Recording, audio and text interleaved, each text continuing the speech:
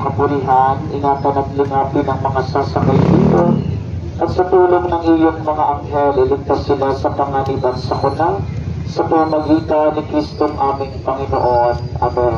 Sumainyo ang Panginoon, pagpalain kayo ng makapangyarihang Diyos sa Ama, Anak at Espiritu Santo. Amen. Ingat po kayo palagi sa pagmamana.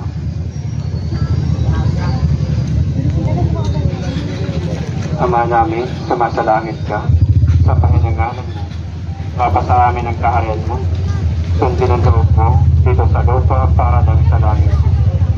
Bigyan mo kami ngayon ng aming kakanin sa araw-araw, at patawaan mo kami sa aming